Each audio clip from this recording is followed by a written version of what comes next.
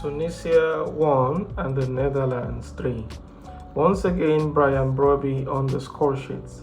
Brian Brobbey has now scored another goal in this year's World Cup. Also a goal from the new Tottenham Hotspur man, Van Hecke, as you can see on the screen, was enough to see off Tunisia, who managed to score a goal and an own goal. If you ask me, it has been a terrible tournament for the Tunisian national team. And of course, the Netherlands have now qualified for the round of 32. They will be facing Morocco in that round, and it will be a very grave mistake if they were to underestimate the ability of the Moroccan national team. As a matter of fact, at this stage, anyone who underestimates Morocco definitely has not been following international football.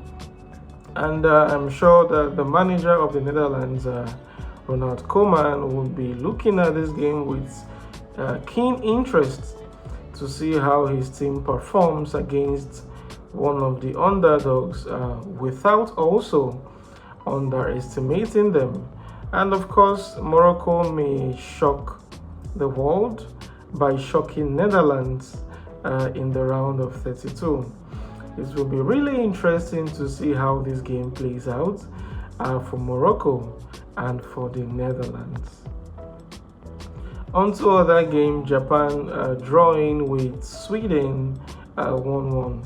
Japan have now gone through the round without losing to Netherlands and to Sweden.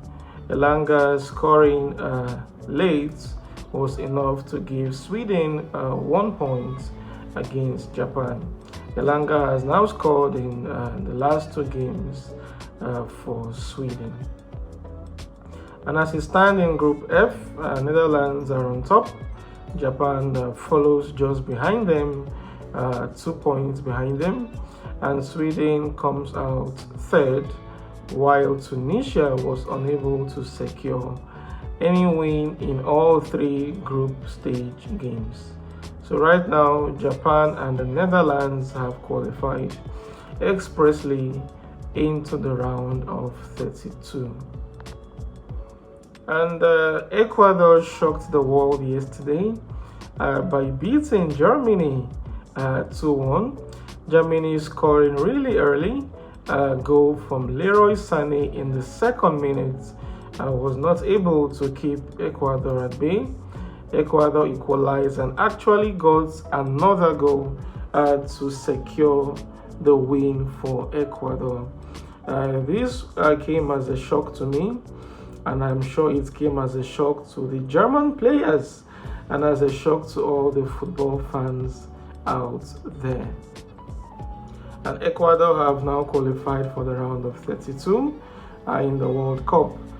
Most people saw this team as a team that would be eliminated quickly and easily, but it has not turned out to be like that. So kudos to the Ecuadorian national team. I think they did a very good job yesterday against Germany. They were disciplined for the entire 90 minutes of that game.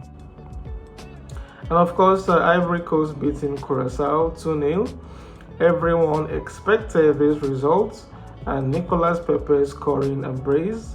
Those 2 goals were enough to see off Curacao. Curacao had a very good run in this World Cup, but it was not enough. So we hope to see them in the next World Cup, and hopefully they can do better than how they have done in this year's World Cup. And of course, Turkey beating the United States of America 3-2. No one saw this one coming. Personally, I did not see this coming. Turkey shocked the world yesterday by beating one of the host countries of the World Cup 3-2. But now this win was to no effect because eventually Turkey have been eliminated from the World Cup 2026. But they did not go down without a fight. Arda Güler winning the Player of the Match award for the game yesterday against the United States of America. And of course, Paraguay having a goalless draw with New Zealand, and it ended all square yesterday between these two teams. And how it looks like in that group: the United States on top with 6 points. Australia follows just behind, I beg your pardon, not New Zealand. And Paraguay just in third, and Turkey have been eliminated. Paraguay still has a chance to qualify for the round of 32. So these are the teams that actually could still make the round of 32 despite finishing third in their group. Scotland can still qualify, Paraguay can, South Korea can, Sweden can, Bosnia can, and Ecuador can also still qualify for the round of 32 in their various groups. Brazil will be facing Japan. It will be really interesting to see how Brazil would fare against one of the most consistent teams in this year's World Cup. Personally, I would take Japan to be one of the dark horses in this tournament, and they may shock the world by eliminating Brazil. Don't get me wrong, this is just a prediction. I think Brazil has a combination of flair, a combination of skill, and players with like really high technical ability. But this Japan team is really disciplined in the act of defense and counter attack. So expect a surprise here. If you ask me, I would predict that Japan would eliminate this Brazil team because their performances recently has shown that you should never write them off, just like Morocco, or underestimate this Japanese team. So it will be really interesting to see how this game plays out. If Brazil knocks out Japan eventually, it will be really fun to see how they were able to manage that. But make no mistake, this Japanese team is not a walkover for any team. Any team that plays against them will really struggle to get a win from them. And the United States of America will be facing Bosnia in the round of 32. If you ask me, this should be an easy win for the United States because they have a mixture of experience and intensity, and this Bosnia team actually should be no match for the United States team on paper. Emphasis on paper, but eventually when you get to the pitch, things might change really quickly. So once again, it will be really interesting to see how this game plays out for Bosnia Herzegovina and also for the United States of America. On to transfer news. We have a here we go for Elliot Anderson. Manchester City has secured the services of Elliot Anderson from Nottingham Forest for 130 million euros. That was what it cost to price Anderson from Nottingham Forest.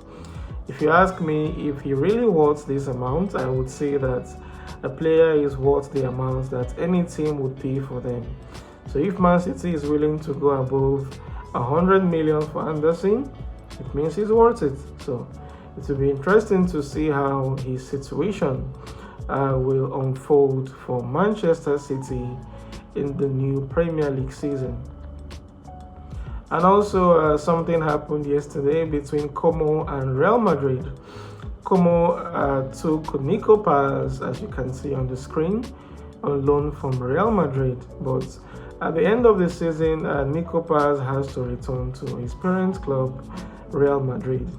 Now, Real Madrid are telling Como that we can give you the option to pay 60 million for Nico Paz, and if you fail to do that, we are going to make him available. And if we make him available, we expect a bidding war from any and most teams in Europe. So we shall see if Como would spend 60 million on keeping one of their most prized assets, Nico Paz, for the coming season. And of course, Trabzonspor have agreed another loan for Andre Onana from Manchester United. They are willing to allow him work with them for another year. It will be interesting to see how Onana performs this season, especially since his team are now in the Europa League. And of course, Nathan Brown transfer has been finalized, and we got a "here we go" yesterday from Fabrizio Romano that Bayern Munich have secured the services of the German left back Nathan Brown for 55 million euros. And Piero Henkapi has completed his move to Arsenal. He was on loan last season from Bayer Leverkusen, but Arsenal have now gone ahead to sign him permanently.